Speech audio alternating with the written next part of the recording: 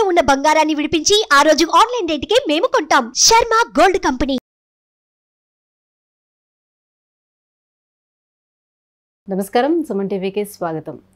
ప్రస్తుతం మనతో పాటు ఉన్నారు శ్రీవిద్య ఉపాసకులు, ఆస్ట్రో వాస్తు ఎనర్జీ నిపుణులు జయప్రద గారు మనతో పాటు ఉన్నారు.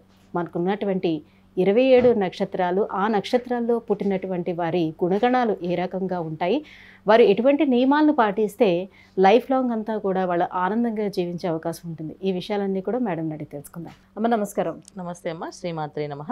అమ్మ, విశాఖ నక్షత్రం వాళ్ళ లక్షణాలు ఏ రకంగా ఉంటాయి, వారి గుణాలు చూడటానికి ఎలా ఉంటాయి, వాళ్ళు ఎటువంటి నియమాలు పాటించుకుంటే లైఫ్లో ఇంకా అభివృద్ధిలోకి వచ్చే అవకాశం ఉంటుంది, ఈ నక్షత్రానికి అధిపతి ఎవరంటారు? విశాఖ నక్షత్రంలో పుట్టిన వాళ్ళకి చాలా స్వేచ్ఛగా ఉండే మనుషులు వీళ్ళు.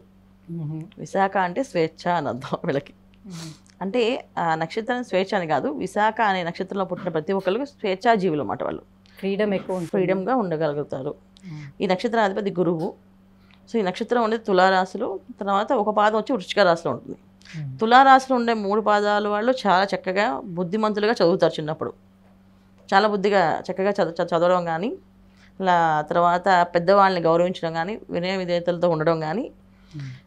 ఈ నక్షత్రంలో పెద్ద అవుతుంది కొద్దీ వీళ్ళకి పెద్దవాళ్ళు అయ్యాక అంటే చిన్నప్పుడు చాలా ముద్దుగానే ఉంటారు. ఈ కాలంలో పిల్లలు, కొంతమంది మగపిల్లలు అయితే బాగా మొండిగా ఉంటారు.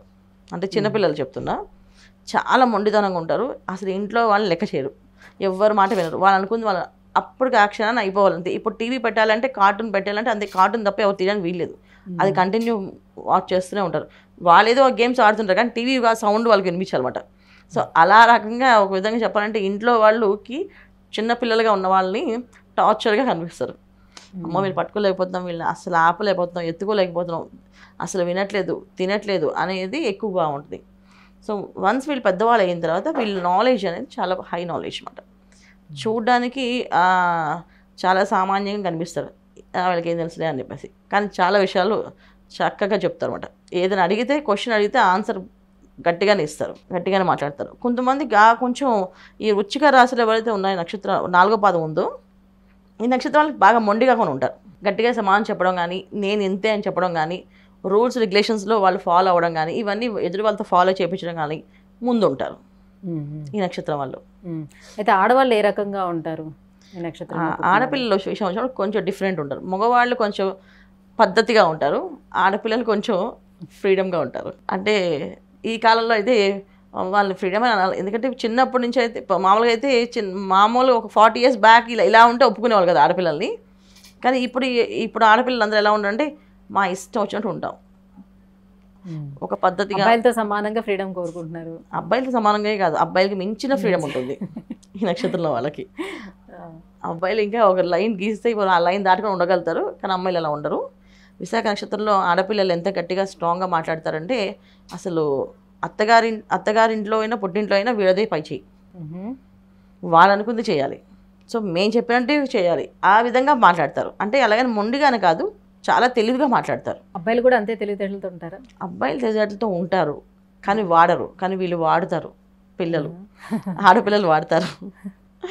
అబ్బాయిలు తెలివితేటలు ఉన్నా వాళ్ళు పాపం ఇక్కడ చెప్తే వీళ్ళు ఏమనుకుంటారో, ఎలాగా రిసీవ్ చేసుకుంటారో, ఏ రకంగా ఇబ్బంది పెడతామో ఒకవేళ మనం అని ఒక క్షణమైనా ఆలోచిస్తారు.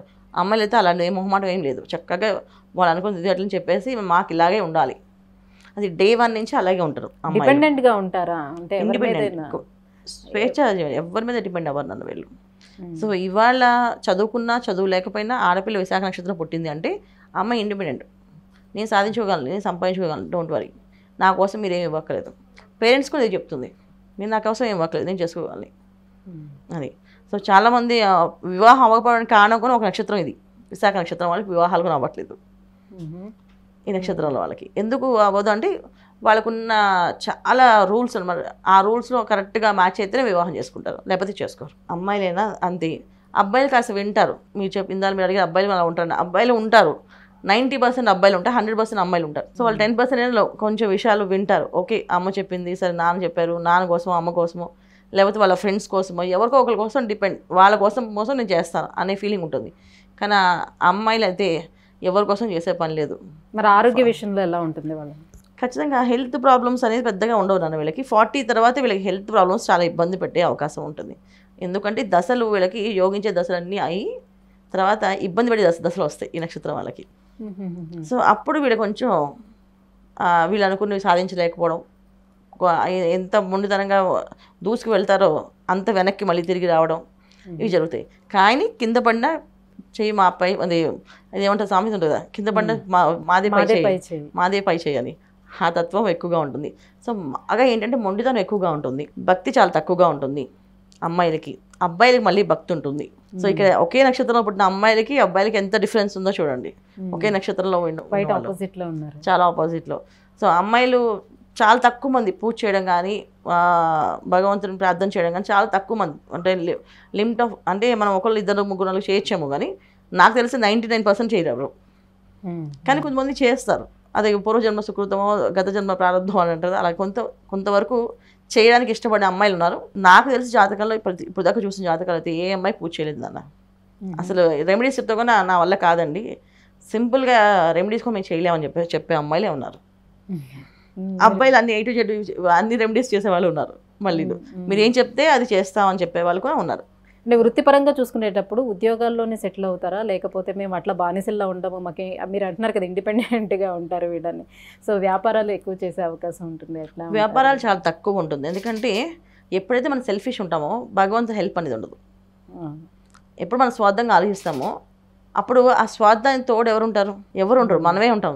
వీళ్ళు ఉద్యోగాల్లోనే చేస్తారు, ఉద్యోగంలోనే వాళ్ళ ఉద్యోగం వరకు వాళ్ళు చేయగలుగుతారు, వాళ్ళ లైఫ్ వాళ్ళది ఎంతవరకు వాళ్ళ జాబ్ అది చేసి వస్తారు అంతే. అక్కడ కూడా ఏదో చాకరీ పడి ఏదో బాగా మంచి ఉద్యోగం తెచ్చుకో, మంచి ఏదో ఉంటారు కదా, మంచి బిరుదులు రావాలని, మంచి అవార్డులు రావాలని, రివార్డులు కాదు, వాళ్ళ వరకు వాళ్ళు చేసుకొని ఫినిష్ శాలరీ తీసుకున్నా లేదా మంత్ అవగానే అని చెప్పి చూసుకుంటారు.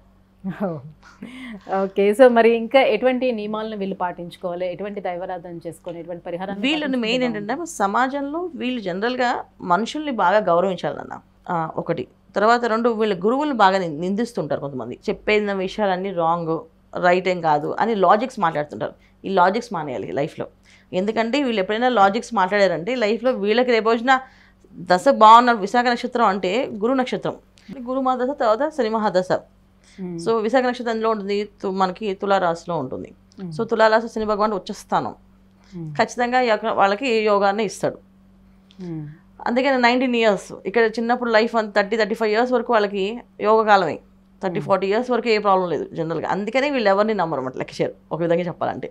సో లైఫ్లో ఏదైనా కష్టం వస్తేనే కదా మనం భగవంతుని ప్రార్థన చేయడం కానీ, ఎవరినైనా పెద్దవాళ్ళ మాట వినడం కానీ, ఏం చేయాలని అడగడం కానీ చేస్తాం కదా. సో వీళ్ళకి అక్కడి దాకా రాదు కనుక వీళ్ళు దేనికి లెక్క చేయరు. కానీ వీళ్ళు చిన్నప్పటి నుంచి భక్తి శ్రద్ధలతో కలిగి దైవారాధన చేస్తూ ఉంటే మాత్రం లైఫ్లో ఎప్పుడు కొన్ని కష్టం అనేది ఉండదు వాళ్ళకి, అసలు ఉండదు. ఇప్పుడు ఎవరైనా సరే చిన్నపిల్లలు విశాఖ నక్షత్రంలో పుడితే చిన్నప్పటి నుంచి వాళ్ళకి భక్తి, పెద్దవాళ్ళని గౌరవించడం, పేరెంట్స్ కేర్ తీసుకొని వాళ్ళు నేర్పిస్తే మాత్రం లైఫ్లో వీళ్ళకి కష్టం రాదు. అది వీళ్ళకున్న గొప్పతనం, ఈ నక్షత్రానికి ఉన్న గొప్పతనం. సో అది వీళ్ళు పాటించగలిగితే. సో ఈ నక్షత్రానికి అధిపతి గురువు కాబట్టి చిన్నప్పటి నుంచి ఒక దారిలో పెడితే చక్కగా వెళ్తారు. చాలా చక్కగా చిన్నప్పటి నుంచి తల్లిదండ్రులు పేరెంట్స్ చాలా కేర్ తీసుకొని వీళ్ళు నేర్పించాలి. దైవ భక్తి, గురు భక్తి, పెద్దవాళ్ళు రెస్పెక్ట్ ఇచ్చి మాట్లాడడం, తప్పు రైట్ పెద్దవాళ్ళకి ఎదురు చెప్పకుండా ఉండడం, ఈ లక్షణాలు కనుక పిల్లలకి నేర్పించగలిగితే లైఫ్లో వాళ్ళు కష్టపడకుండా సక్సెస్ అవుతారు. అది యోగమైన కాలం. అంటే చాలామందికి జనరల్గా నక్షత్రం గురు నక్షత్రం అయినప్పటికీ నక్షత్రానికి ఉండే రాశి లక్షణాలు కూడా ముందు రావాలి కదా. సో ఎప్పుడైతే ఆ రాశి శని భగవాన్ అక్కడ ఆ రాశిలో ఉచ్చి పొందుతాడో మంచి సూపర్ వెళ్ళే అవకాశం ఉంది, వీళ్ళ లైఫ్ చాలా హ్యాపీగా వెళ్తుంది. కానీ వీళ్ళు చేసే పనులు అంటే మన చేతులారా చేసుకునే కర్మలు అంటారు కదా కొన్ని, ఆ చేతులారా చేసుకునే కర్మలే వీళ్ళు 40 years అయితే అనుభవిస్తారు. చిన్నప్పుడే అనుభవించరు. ఇలా ఉన్న దేవుడికి ప్రార్థన చేయండి, చేయకపోండి, మంచి లైఫ్, మంచి లైఫ్ స్టైల్, మంచి జాబ్ వచ్చేస్తుంది. ఆఫ్టర్ 40 years అయితే చేసిన తప్పులన్నిటికీ పరిష్కారాలు, పనిష్మెంట్లు అన్ని కలియుగంలో అనుభవించాలి మనం ఖచ్చితంగా. ఇది కలియుగం అంతే. ధన్యవాదాలమ్మా. నమస్తే అమ్మా. శ్రీమాత్రే నమః. సుమన్ టీవీలో మీ పర్సనల్ అండ్ బిజినెస్ ప్రమోషన్స్ కోసం కింది నెంబర్కి కాంటాక్ట్ చేయండి.